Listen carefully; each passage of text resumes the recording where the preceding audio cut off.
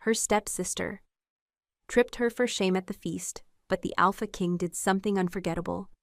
Can a heart born in humiliation ever believe it deserves to be loved? And can love itself redeem what pride and power have broken? Chapter 1. Servant's Burden. Fiona Vale's hands trembled as she fastened the emerald clasp behind her stepsister's neck. The cold stone manor echoed with preparations for tonight's grand feast of unity, where nobles from every corner of Moonvale Kingdom would gather beneath the Alpha King's watchful gaze. Serena preened before the gilded mirror, her golden hair cascading over silk shoulders, while Fiona stood in shadows, wearing threadbare wool. "Tighter, you useless creature," Serena hissed, yanking Fiona's fingers toward the delicate chain. "The king must notice me tonight. Mother says he seeks a Luna consort, and I shall be chosen." Lady Morwen swept into the chamber, her calculating eyes assessing her daughter's appearance with maternal pride. She spared Fiona only a dismissive glance before turning away. Since Fiona's father died 3 winters past, this household had transformed from home to prison. They called her wolfless, a shameful thing among their kind, though something deep within whispered otherwise. "You'll attend the feast," Lady Morwen announced suddenly, her smile sharp as broken glass. "Every eligible maiden must appear before His Majesty, even you." Serena's laughter cut through the room like winter wind. Fiona understood immediately. They wanted her present not for opportunity, but for contrast. A ragged shadow to make Serena's beauty shine brighter. Her heart sank, yet she nodded obediently. Refusing meant harsher punishments, crueler tasks, endless nights locked in the cellar's darkness. Tonight, she would endure their mockery one more time. Tomorrow, perhaps, she might finally disappear. Chapter 2. The Royal Court. 3 days later, Fiona stood trembling in the great hall of Moonvale Castle, a structure of ancient stone and soaring arches that seemed built to humble those who entered. Hundreds of nobles filled the space, their jewels catching torchlight like captured stars. She huddled near a marble column, hoping invisibility might shield her from cruel gazes. Her dress, if the tattered gray fabric deserved such a name, marked her instantly as inferior among these silk-clad aristocrats. The herald's voice boomed across the hall. "All rise for His Majesty, Alpha King Lucien Draven, Sovereign of Moonvale, Protector of the Northern Pax." Silence fell like snow. Fiona raised her eyes toward the raised dais, where the king emerged from behind velvet curtains. Lucien Draven commanded attention without effort. Tall, dark-haired, his face carved with authority and shadow. Power radiated from him in waves that made weaker wolves bow their heads instinctively. His eyes, cold as winter steel, swept across the assembly with detached assessment. Serena positioned herself prominently, posture perfect, smile dazzling.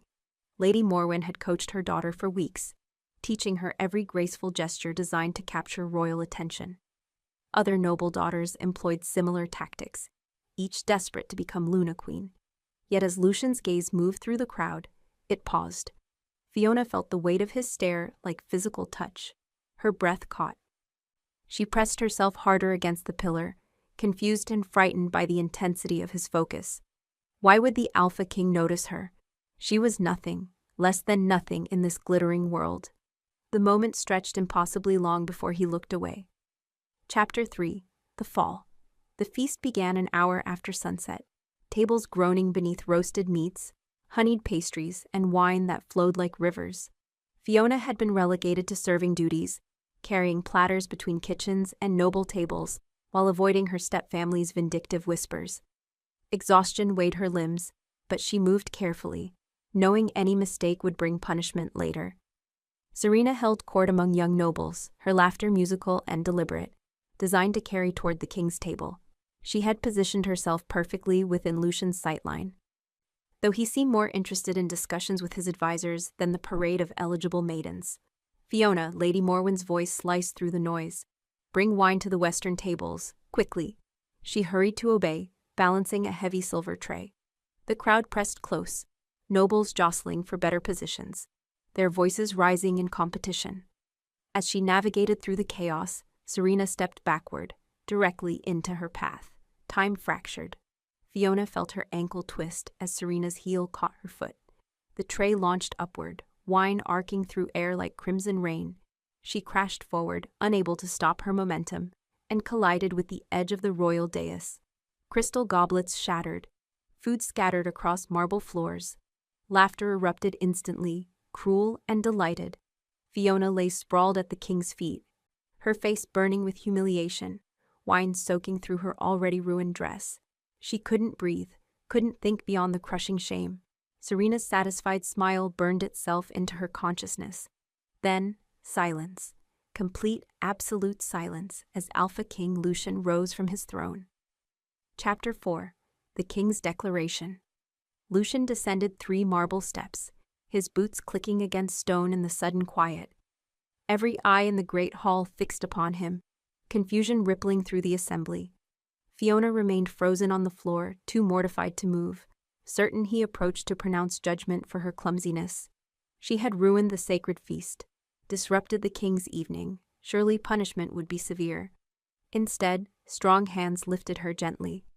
Lucien pulled her upright with surprising care, his grip firm yet steady against her trembling.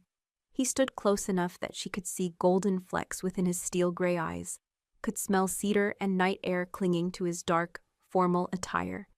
His expression remained unreadable, but something shifted in his gaze as he studied her face. Then he inhaled deeply. His entire body stiffened.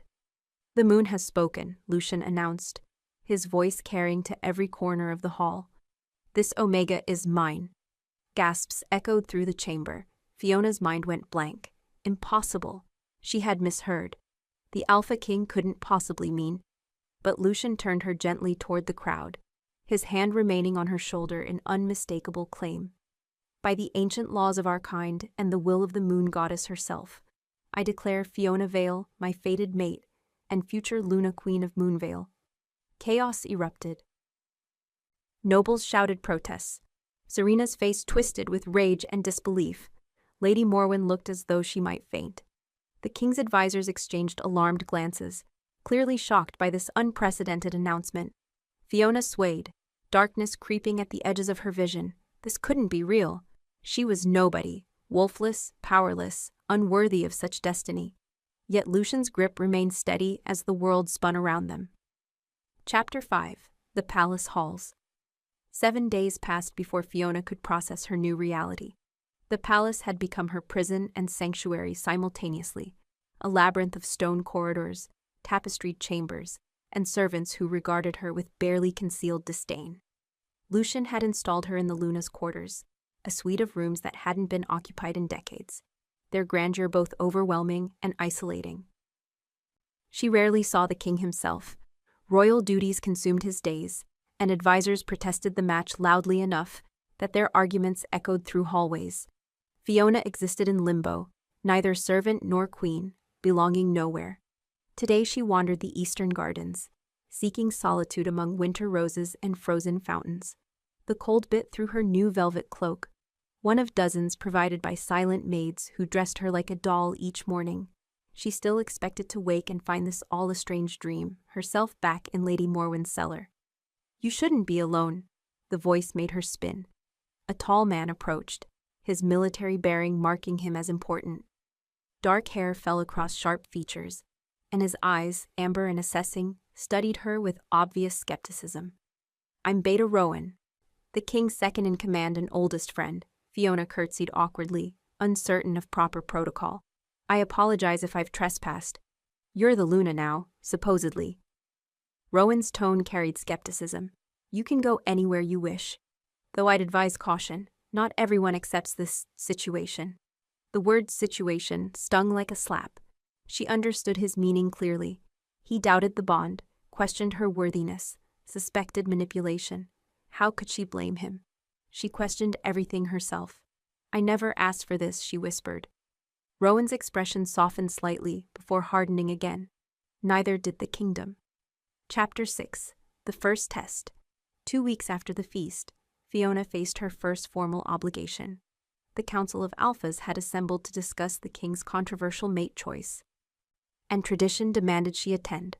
Her maids had dressed her in silver silk, woven her hair into elaborate braids, and painted her lips the color of winter berries. She looked like a queen but felt like an imposter. The council chamber intimidated with its high ceilings and stern portraits of previous rulers. 20 alphas sat around a massive oak table, their expressions ranging from curious to openly hostile. Lucien occupied the head position, his face an impassive mask. He nodded once when Fiona entered, the only acknowledgement of her presence. "Let us address the matter plainly," began an older alpha with silver beard and calculating eyes. "Your Majesty has claimed a wolfless Omega as mate. This breaks centuries of tradition.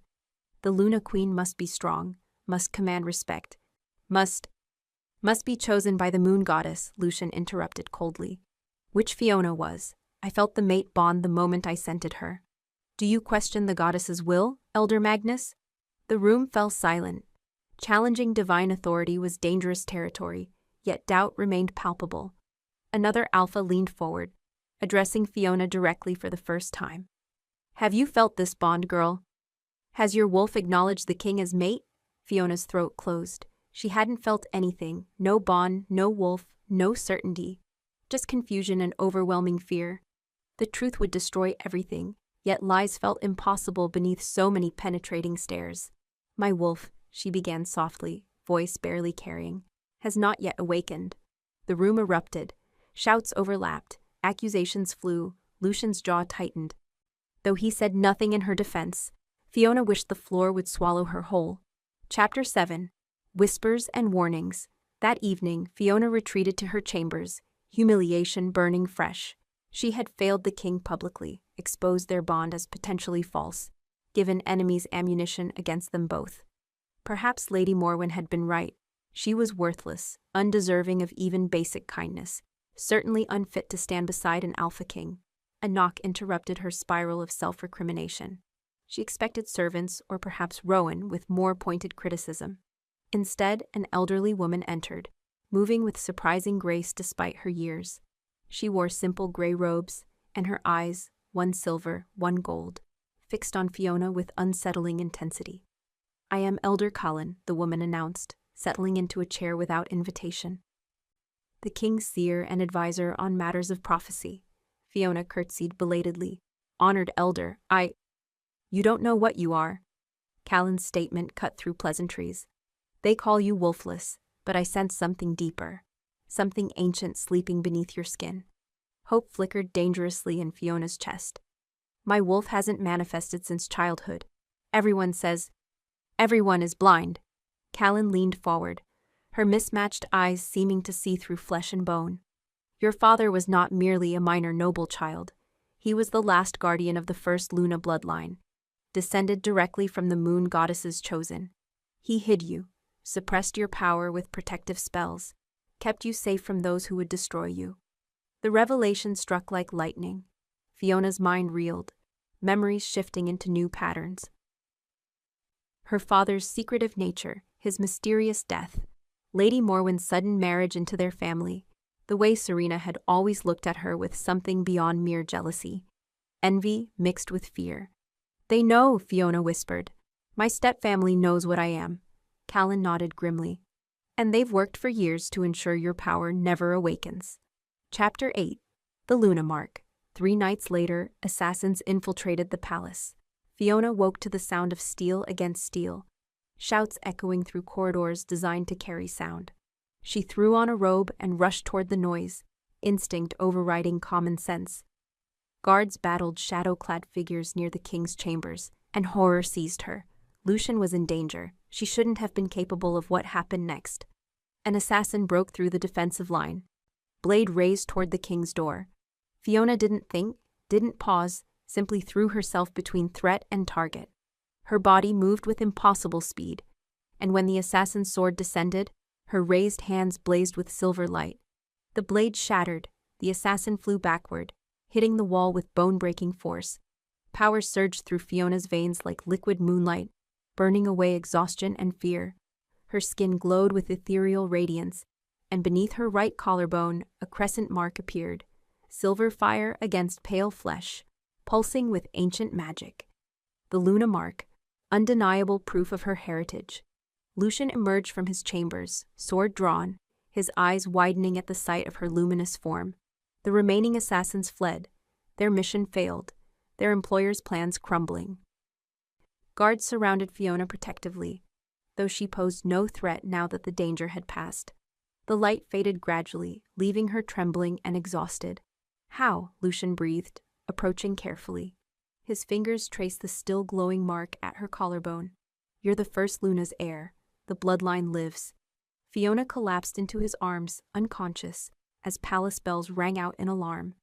The kingdom had nearly lost its king. Instead, it had discovered its true Luna Queen. Chapter 9. The Revelation. Fiona woke 2 days later in the king's private chambers, surrounded by healers and guards.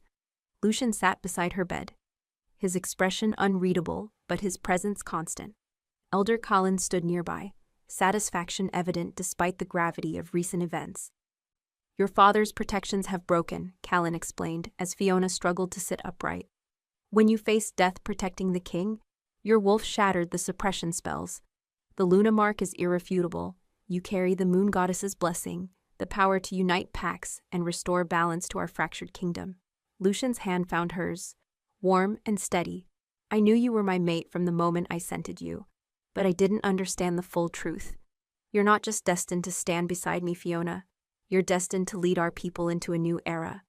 She wanted to protest, to insist they had the wrong person, but something fundamental had shifted within her. She could feel her wolf now, not weak or absent, but powerful and patient, waiting decades to emerge. Ancient memories flickered at the edge of consciousness, knowledge passed down through generations of Luna Queens. "Lady Morwen," Fiona said suddenly, clarity cutting through confusion. "She married my father to steal this power. When she couldn't access it, she tried to break me instead, to ensure I'd never awaken and claim my birthright." Lucien's expression hardened. "Your stepfamily will answer for their crimes. But first, we must ensure your safety. Those assassins served someone powerful, someone who fears what you represent." Rowan entered abruptly, his face grim. "Your Majesty, we've captured one of the attackers. He's talking, says he was hired by a noble family seeking to prevent the Luna's rise." His eyes flicked to Fiona with new respect. He named Lady Morwen specifically. The game had changed. Fiona was no longer helpless prey. Chapter 10. The Bond Awakens. Over the following week, Fiona's transformation continued. Her wolf emerged gradually, teaching her to see through enhanced senses, to feel pack bonds like threads of silver light connecting every wolf in the kingdom. She began training with Rowan, who had shifted from skeptic to fierce protector after witnessing the Luna Mark's manifestation. Her body grew stronger, her confidence building with each small victory. But the most profound change was her relationship with Lucien. The mate bond, dormant since the feast, blazed to life now that her wolf had awakened. She felt his emotions like echoes of her own. His fierce protectiveness, his pride in her progress, his careful restraint as he gave her space to adjust. Tonight he had invited her to dine privately in his chambers, away from court scrutiny and political maneuvering. She wore deep blue velvet, her hair loose around her shoulders, feeling more herself than she had since childhood. "You're staring," she said softly as servants cleared their meal, leaving them alone beside a crackling fire. Lucien smiled, a rare, genuine expression that transformed his usually stern features. "I'm trying to reconcile the frightened girl from the feast with the Luna Queen I see before me now." "You've changed remarkably in such a short time." "I haven't changed. I've remembered who I was supposed to be." Fiona moved closer, drawn by the bond's insistent pull. "Before fear and cruelty tried to erase me." He reached up, tucking a strand of hair behind her ear, his touch lingering. "I wanted to protect you from this life, from the burden of queenship, from enemies who will never stop trying to harm you. But you're stronger than I imagined possible. Then stop protecting me and trust me instead," she whispered. "We're meant to face this together." Their first kiss tasted of wine and destiny. Chapter 11. The Court's Poison. 2 months after the assassination attempt, Fiona had transformed from uncertain outsider to competent Luna in training. She attended council meetings, learning the intricacies of pack politics. She studied kingdom history with Elder Callan, discovering generations of Luna Queens who had shaped their world. She even began making allies among the nobility, those who valued strength and wisdom over pedigree and tradition. But enemies remained. Serena and Lady Morwen had been confined to their manor under guard, awaiting formal trial for conspiracy. Other noble families, threatened by the shift in power, whispered poison in shadowy corners. The court remained divided, half celebrating the first Luna's return, half plotting ways to undermine her before she could fully claim her position. The Feast of Spring Renewal approached, another grand celebration where Fiona would be formally presented as Luna Queen before the entire kingdom. The ceremony would finalize her bond with Lucien, making her authority unquestionable. It was also her enemy's last opportunity to prevent her coronation. Rowan warned her constantly to be vigilant. Poison is a coward's weapon, he said during one training session, but effective nonetheless. Trust no food or drink not prepared by your personal servants. Accept nothing from anyone outside your inner circle.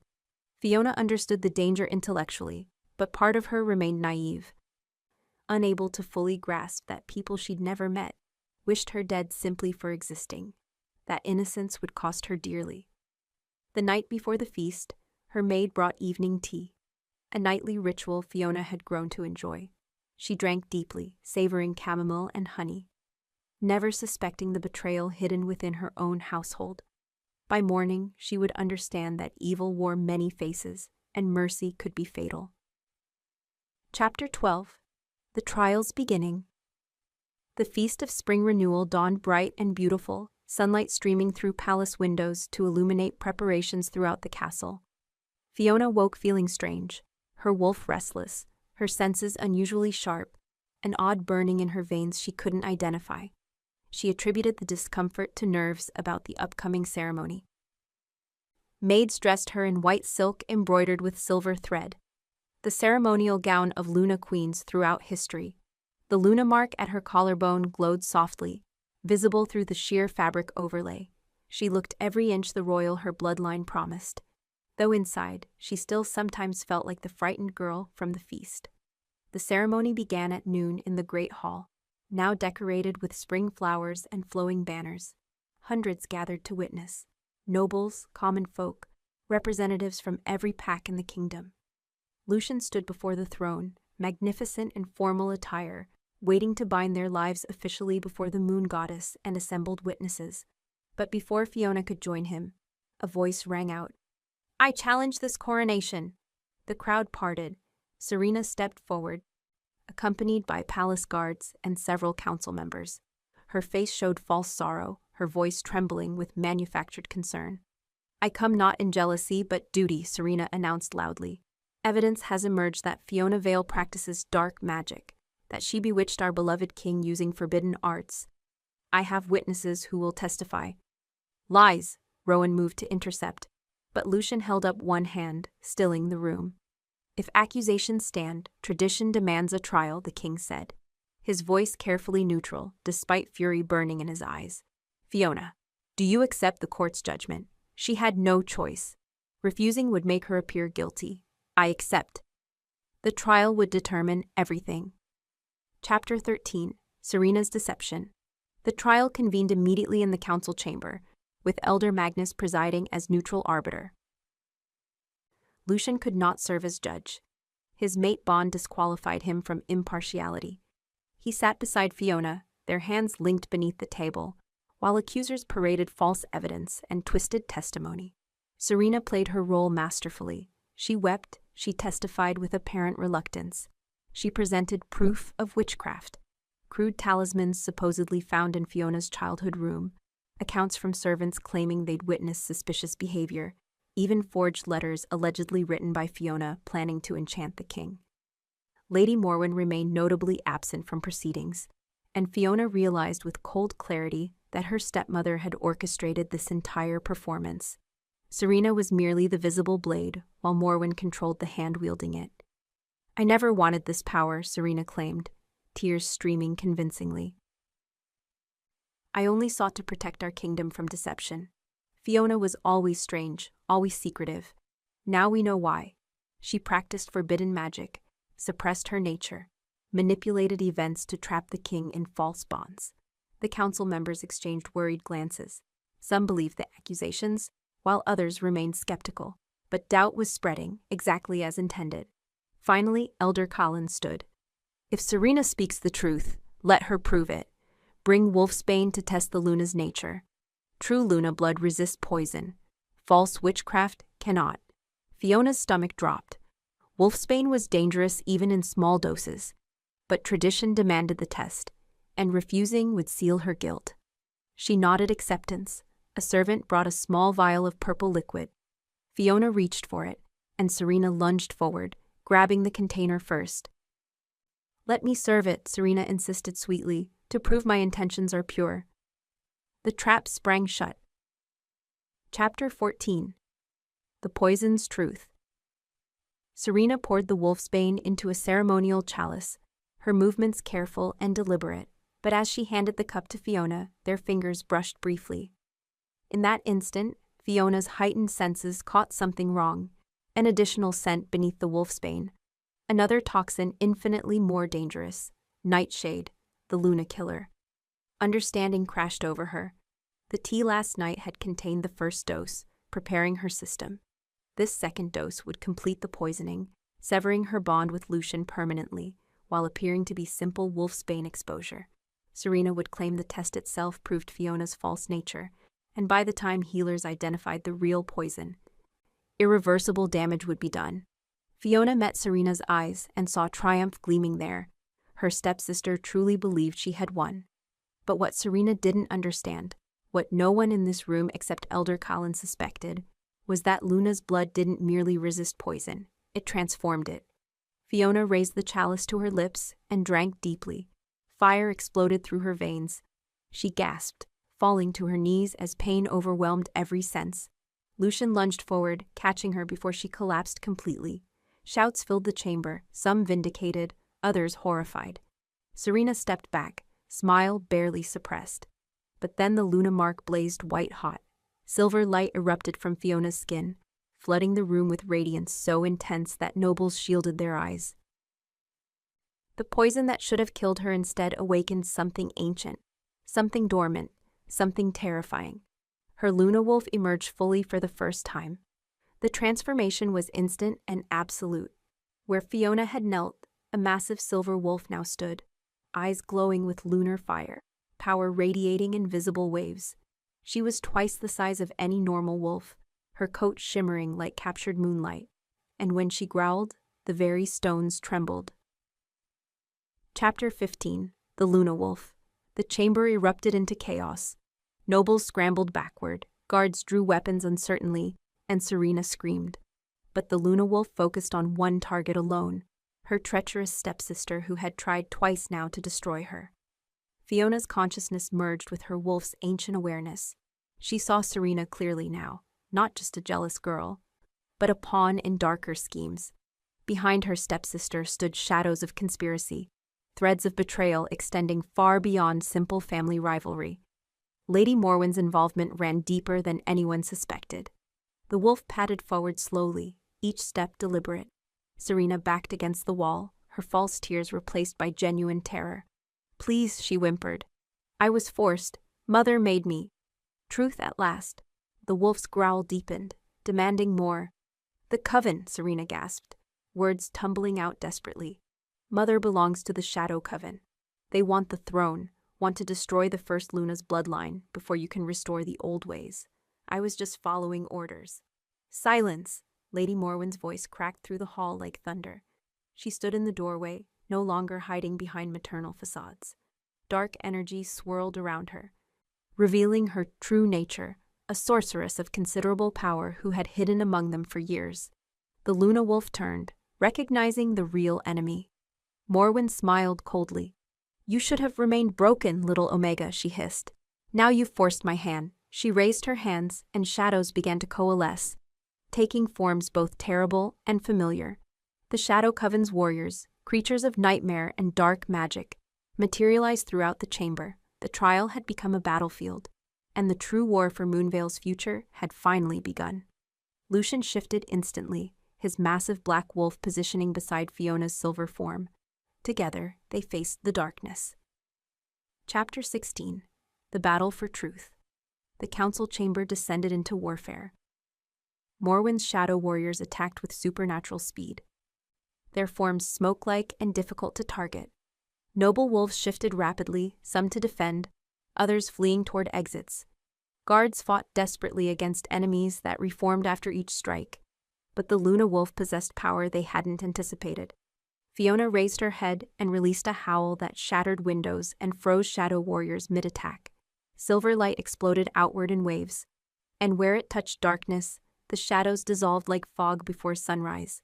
Lucien fought beside her, his movements precise and deadly, protecting her flanks while she channeled the moon goddess's ancient power. Rowan coordinated palace guards, rallying defenders and evacuating nobles caught in crossfire. Elder Callan stood at the chamber's center, her mismatched eyes blazing as she wove protective barriers around innocents. Lady Morwen screamed in fury, her careful plans crumbling. She had prepared for years, positioned herself perfectly, believed Fiona sufficiently broken to never threaten her ambitions. The Luna's awakening destroyed decades of scheming in moments. "You were supposed to die unloved and alone," Morwen shrieked, hurling dark magic toward Fiona with murderous intent. "Your father hid you too well, protected you too thoroughly. But I waited, I broke you slowly. You should have remained weak." The spell struck Fiona's barrier and shattered harmlessly. She padded forward, her Luna form radiating contempt for this woman who had poisoned her childhood with cruelty and lies. Behind Morwen, Serena cowered, sobbing. Some part of Fiona pitied her stepsister, another victim of their stepmother's manipulation, though complicit in her own way. The path to redemption existed even for Serena, should she choose to walk it. But Morwen had crossed into territory beyond forgiveness. Chapter 17. The Shadows Retreat. The battle turned decisively when Queen Mother Lissa emerged from her chambers. The king's mother, silent for 15 years since a curse stole her voice, entered the council chamber radiating power that made even Morwen hesitate. Though unable to speak, Lissa's eyes blazed with protective fury as she positioned herself before the Luna wolf. Her presence alone drove back shadow warriors. They shrieked and recoiled from her touch, revealing an unexpected truth. Lissa carried Luna blood herself, distant perhaps, but present. She had recognized Fiona's mark immediately when Lucien first brought his mate to the palace. She had been waiting, preparing, ensuring the true Luna would survive long enough to claim her destiny. Together, they were unstoppable. Fiona and Lissa channeled moonlight through the chamber, burning away every trace of shadow magic. Morwen's warriors crumbled, her power base eroding beneath divine radiance. The sorceress realized too late that she had never truly understood what the first Luna's heir represented. "This isn't over," Morwen hissed, gathering her remaining strength. "The Shadow Coven stretches far beyond Moonvale. We have allies you cannot imagine, plans you'll never anticipate. You've won this battle, little Luna, but the war has only begun." She vanished in a swirl of darkness, taking Serena with her before guards could intercept. They left behind destruction, injured wolves, and questions that would haunt the kingdom for months. But they also left something crucial: proof of conspiracy, evidence of treason, validation of everything Fiona had claimed. The trial's verdict was unanimous. Fiona was innocent, more than innocent. She was salvation made manifest. As silver light faded and wolves returned to human form, Lucien wrapped his arms around Fiona, holding her tightly while the chamber gradually settled into shocked silence. They had survived, but barely. The true conflict awaited beyond palace walls. Chapter 18. The Aftermath. 3 days after the battle, Fiona stood on the eastern balcony, watching spring storms gather across Moonvale. Her body still ached from the transformation and fight, but her spirit soared with newfound freedom. No more hiding, no more pretending weakness, no more chains forged from cruelty and lies. Lucien joined her, sliding an arm around her waist.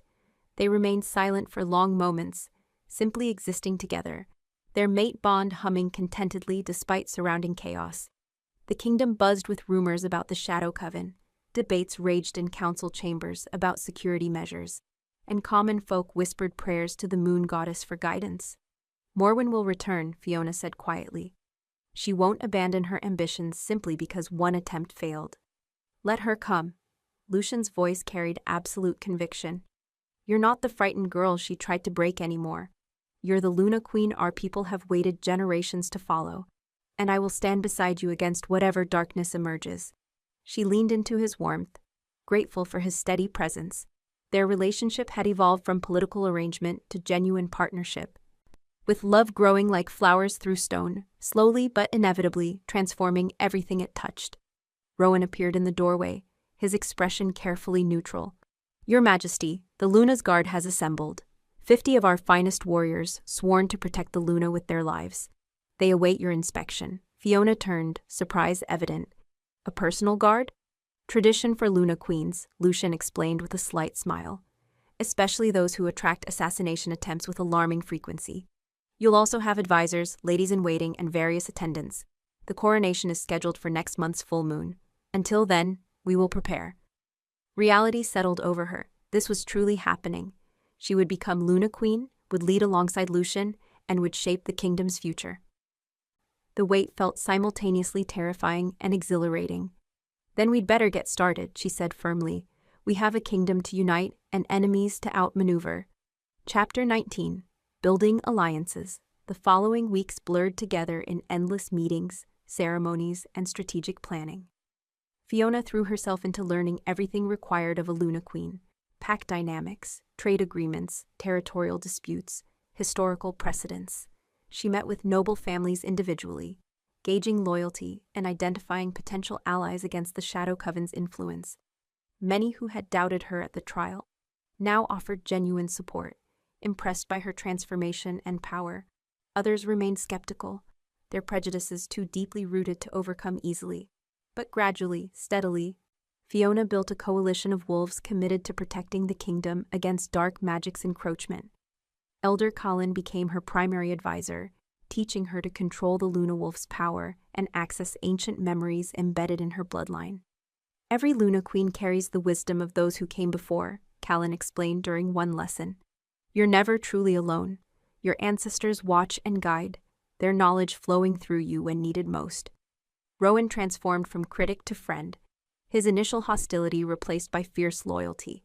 He trained her personally in combat, insisting she master both human and wolf fighting techniques. "Power means nothing without the skill to direct it," he would say repeatedly, pushing her harder each session. Even Queen Mother Lissa engaged more openly, using written notes to communicate what her cursed voice could not. She revealed that the curse resulted from her attempts to investigate the Shadow Coven years ago, proving that Morwen's conspiracy extended far deeper than anyone suspected. Lucien remained her constant anchor, supporting publicly and privately. Their bond deepened daily, transforming political arrangement into genuine love. At night, after exhausting days of preparation, they would talk for hours about dreams and fears, hopes and strategies, building partnership based on trust and mutual respect. The coronation approached with each sunrise, carrying promise and peril in equal measure. Chapter 20. The Eve of Coronation. The night before the coronation, Fiona couldn't sleep. She wandered palace gardens beneath a waxing moon, her thoughts churning with anticipation and anxiety. Tomorrow she would officially become Luna Queen, would accept responsibility for every wolf in Moonvale, would place herself permanently in the Shadow Coven's crosshairs. "Can't rest either," Lucien's voice emerged from shadows near the fountain. He joined her on the marble bench, their shoulders touching in comfortable silence. "I keep thinking about my father," Fiona admitted softly. "How he died protecting secrets I didn't understand. How much he sacrificed to keep me safe. I wish he could see tomorrow and would know his efforts weren't wasted." Lucien took her hand, intertwining their fingers. "He knows. The moon goddess shows our ancestors important moments. He's watching with pride, I'm certain." They sat together as night deepened around them, two souls bound by fate and choice, preparing to face whatever challenges dawn would bring. Fiona felt peaceful despite everything, centered in ways she'd never experienced before finding her true self. "Whatever happens," Lucien said quietly, "whatever we face from the Shadow Coven or any other threat, we face together. You're not alone anymore, Fiona. You have me, have the kingdom, have your Luna Guard and advisors. More than that, you have yourself, your strength, your wolf, your heritage. Never doubt your worthiness again." She kissed him then, pouring every emotion into that connection, gratitude and love, fear and determination, commitment to their shared future. When they finally pulled apart, the moon had risen fully, bathing the garden in silver light. "Let's go inside," she suggested. "Tomorrow begins early, and I intend to face it well-rested and confident." Together they returned to the palace, ready to embrace destiny's call. Chapter 21. The Coronation. The coronation ceremony began at noon under a perfect spring sky. The great hall had been transformed into something magical. White flowers cascaded from every surface, silver banners bearing the luna's crescent hung from vaulted ceilings, and thousands of candles cast dancing light across gathered witnesses. Fiona processed down the central aisle, wearing ceremonial white and silver, the luna mark glowing visibly at her collarbone. Every noble family in Moonvale stood in attendance, along with representatives from neighboring kingdoms, common folk invited to witness history, and her newly formed Luna Guard flanking the procession with proud precision. Lucien waited at the dais, magnificent in formal black embroidered with silver wolves. Beside him stood Elder Callan, Queen Mother Lissa, and Rowan, each playing crucial roles in the ancient ceremony. As Fiona climbed the steps, her heart pounded, not with fear but with certainty. This was exactly where she belonged. Elder Callan began the ritual words, her voice carrying across the hushed hall. "We gather beneath the moon goddess's gaze to crown our Luna Queen, heir to the first bloodline, guardian of pack bonds, protector of all wolves under her care.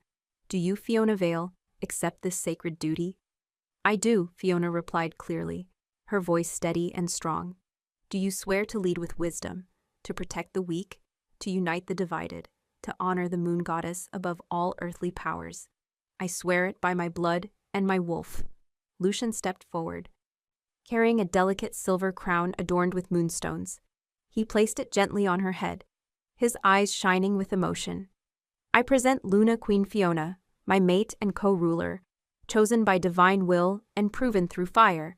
Let all who witness remember this day and honor her authority as equal to my own." The hall erupted in cheers, and silver light blazed from Fiona's skin, visible proof of the moon goddess's blessing. Chapter 22. The Queen's First Act. Following the coronation, the traditional feast celebrated Moonvale's new Luna Queen, but Fiona understood that ceremony meant nothing without action. During the banquet, she made her first official decree, a shocking announcement that rippled through the assembled nobility. "For too long, our kingdom has divided itself by rank and birthright," Fiona proclaimed, standing before hundreds of witnesses. "Alphas claim superiority while Omegas are dismissed and discarded. This hierarchy breeds resentment, wastes potential, and weakens our entire society. I propose reform, merit-based advancement, protection for vulnerable pack members, and recognition that strength comes in many forms beyond physical dominance." Silence greeted her words initially, shock rendering nobles speechless. Then Elder Magnus rose slowly, his expression thoughtful rather than hostile. "The Luna Queen speaks wisdom," he announced, surprising everyone. "I have watched this kingdom fragment for decades, watched talented wolves wasted because their bloodlines weren't pure enough. If the moon goddess chose an Omega as our queen, who are we to maintain artificial divisions?" One by one, other nobles stood in agreement. Not all, some glared with open hostility, their prejudices too entrenched for immediate change. But enough supported Fiona's vision that momentum began building. Reform would be gradual, would face resistance, but it had started.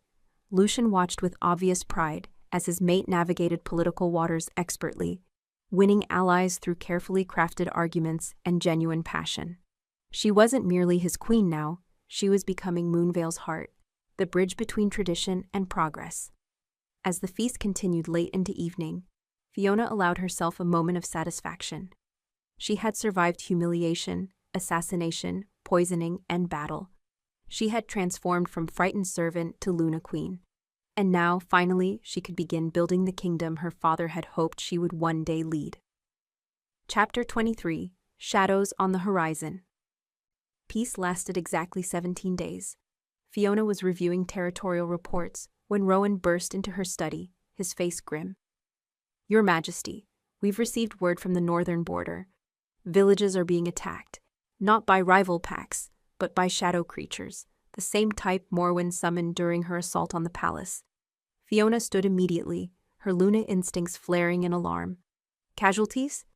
Dozens injured, homes destroyed, livestock slaughtered. The attacks come at night, targeting areas with minimal defensive capability. It appears to be a deliberate campaign to destabilize your authority, to prove you cannot protect the kingdom. Of course, Morwen wouldn't attack the palace directly again. Too risky, too easily defended.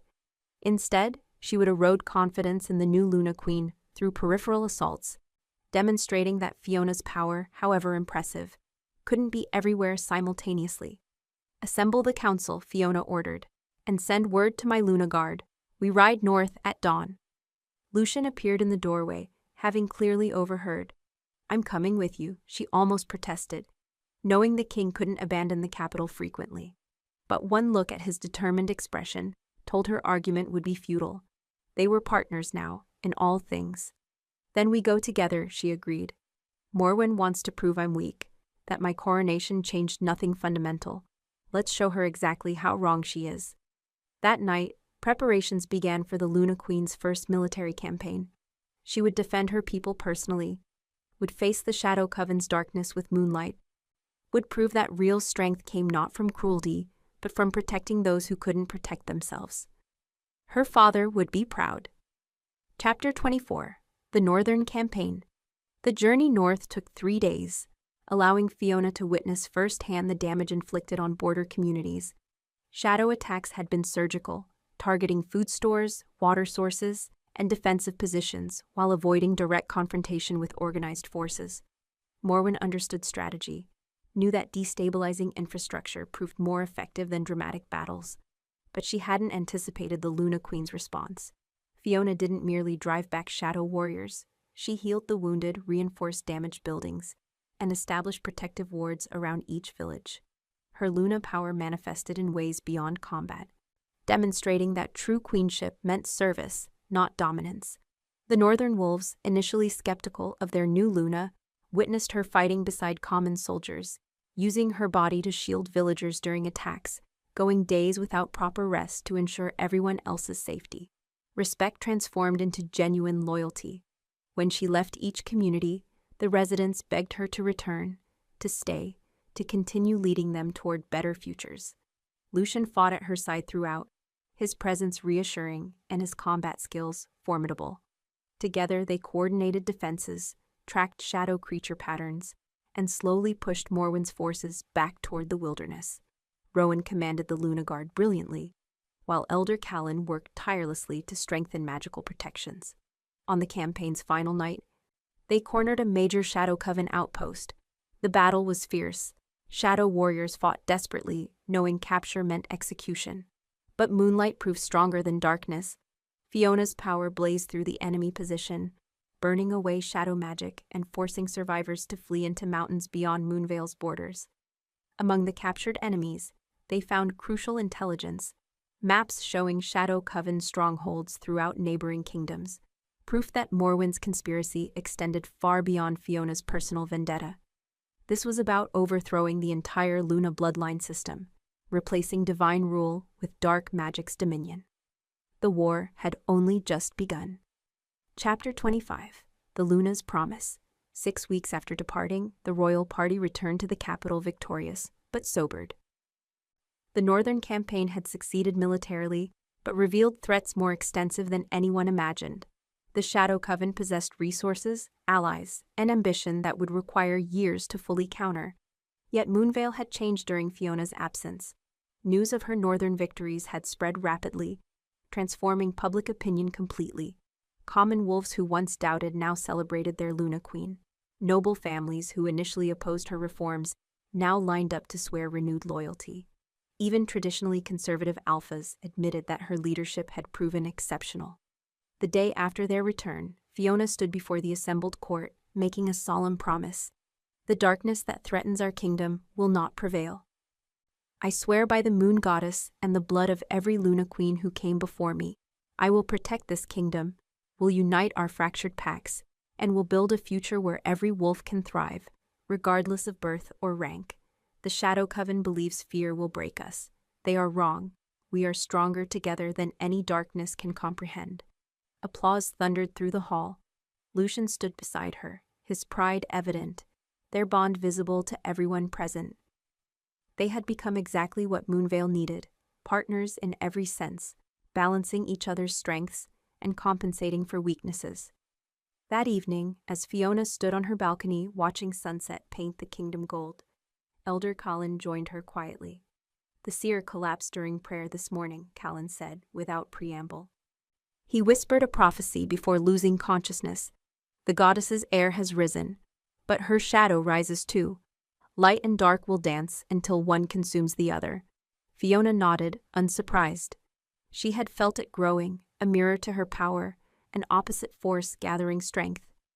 Morwen, or perhaps someone worse, someone who truly understood what challenging a Luna Queen required. "Let them come," Fiona said quietly. "I'm not the broken girl from the feast anymore. I'm the Luna Queen of Moonvale, and I will protect my people against whatever darkness threatens them."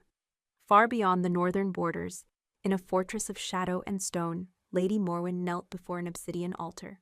Beside her, a figure emerged from darkness, taller, colder, infinitely more dangerous than any enemy Fiona had yet faced. "The first Luna's heir has finally awakened," the figure observed, voice like winter wind through dead forests. Morwen smiled viciously. "Yes, my queen. And now the real war begins.